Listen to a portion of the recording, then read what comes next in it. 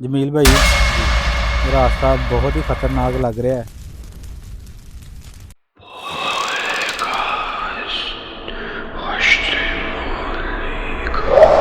ਦੂਰ ਜੀ ਦੂਰ ਬਿਲਕੁਲ। ਤੱਕ ਜਿਹੜੇ ਇਹ ਖੇਤ, ਇਹ ਕਿਕਰਾਂ ਨੇ ਜੀ ਤੇ ਮਾਮਲਾ ਜਿਹੜਾ ਨਾ ਅੱਗੇ ਜਾਣਾ ਮੈਨੂੰ ਬਹੁਤ ਰਿਸਕੀ ਲੱਗ ਰਿਹਾ ਹੈ। ਜਿਹੜਾ ਕਿ ਲੋਕਾਂ ਨੇ ਦੱਸਿਆ ਕਿ ਮਗਰ ਉਸ ਤੋਂ ਬਾਅਦ ਇੱਧਰ ਕੋਈ ਬੰਦਾ ਆਂਦਾ ਨਹੀਂ ਹੈ। ਇਸ ਤਰ੍ਹਾਂ ਨਾ ਹੋਵੇ ਕਿ ਕੋਈ ਜਾਨਵਰ ਹੀ ਆ ਜਾਵੇ, ਜਿੰਨ ਭੂਤ ਤੇ ਅਸੀਂ ਸਾਂਭ ਲਵਾਂਗੇ, ਇਹ ਨਾ ਹੋਵੇ ਕਿ ਕੋਈ ਜਾਨਵਰ ਹੀ ਆ ਜਾਵੇ। ਕੋਈ ਗੱਲ ਨਹੀਂ ਅਰਸ਼ਦ ਭਾਈ, ਅੱਲਾਹ ਤਾਲਾ ਸਾਡੀ ਮਦਦ ਕਰੇਗਾ। ਤੇ ਇਸ ਰਾਸਤੇ ਦੇ ਮੁਤਲਕ ਸੁਣਿਆ ਕਿ ਮਗਰਬ ਤੋਂ ਬਾਅਦ ਕੋਈ ਬੰਦਾ, ਕੋਈ ਇਨਸਾਨ ਇੱਧਰੋਂ ਗੁਜ਼ਰਦਾ ਨਹੀਂ। ਬਿਲਕੁਲ ਇਸ ਤਰ੍ਹਾਂ ਅੱਜ ਅਸੀਂ ਆਏ ਹਾਂ ਇਨਸ਼ਾਅੱਲਾ ਇਸ ਰਾਸਤੇ ਨੂੰ ਕਲੀਅਰ ਕਰਨ ਵਾਸਤੇ। ਸੁਣਿਆ ਕਿ ਇੱਧਰ ਜਨਾਤ ਦਾ, ਸੱਪਾਂ ਦਾ, ਗਿੱਦੜਾਂ ਦਾ ਇਹ ਬਹੁਤ ਜ਼ਿਆਦਾ ਬਸੇਰਾ ਹੈ। ਤੇ ਅਸੀਂ ਅੱਜ ਆਏ ਇਸ ਰਾਸਤੇ ਨੂੰ ਕਲੀਅਰ ਕਰਨ ਵਾਸਤੇ, ਤੇ ਤੁਸੀਂ ਸਾਡੇ ਸਾਥ ਨਾਲ ਰਹੋ।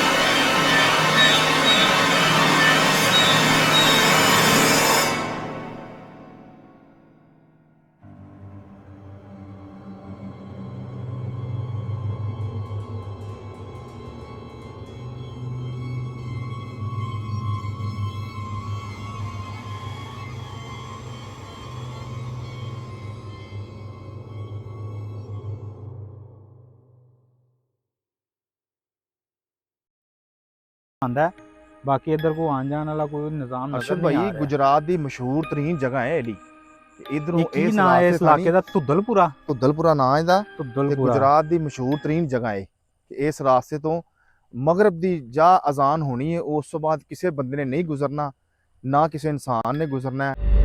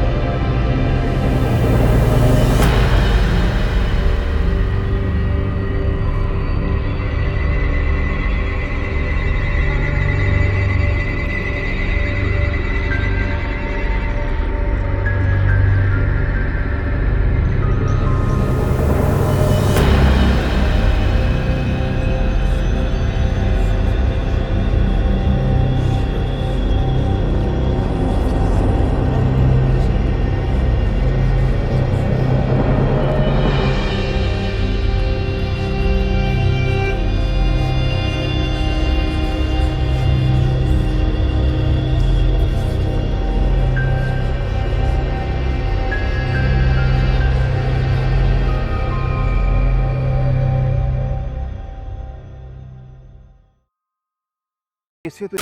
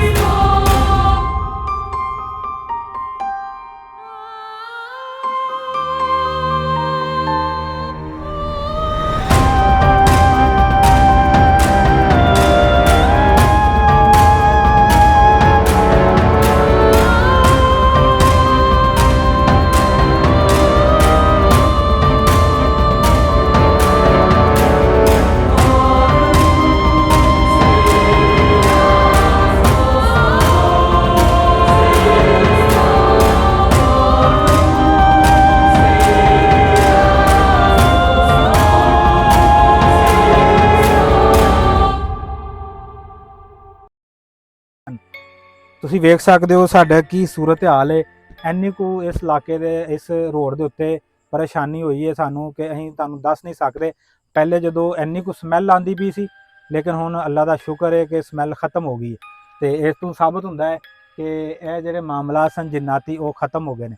ਇੱਕ ਨਵੀਂ ਵੀਡੀਓ ਇੱਕ ਨਵੀਂ ਸਟੋਰੀ ਦੇ ਨਾਲ ਤੁਹਾਡੀ ਖਿਦਮਤ 'ਚ ਹਾਜ਼ਰ ਹੋਵਾਂਗੇ। ਠੀਕ ਹੈ, ਉਦੋਂ ਤੱਕ ਤੁਸੀਂ ਆਪਣਾ ਤੇ ਆਪਣੀ ਫੈਮਿਲੀ ਦਾ ਖਿਆਲ ਰੱਖਣਾ। ਅੱਲਾ ਹਾਫਿਜ਼। ਅੱਲਾਹ ਹਾਫਿਜ਼।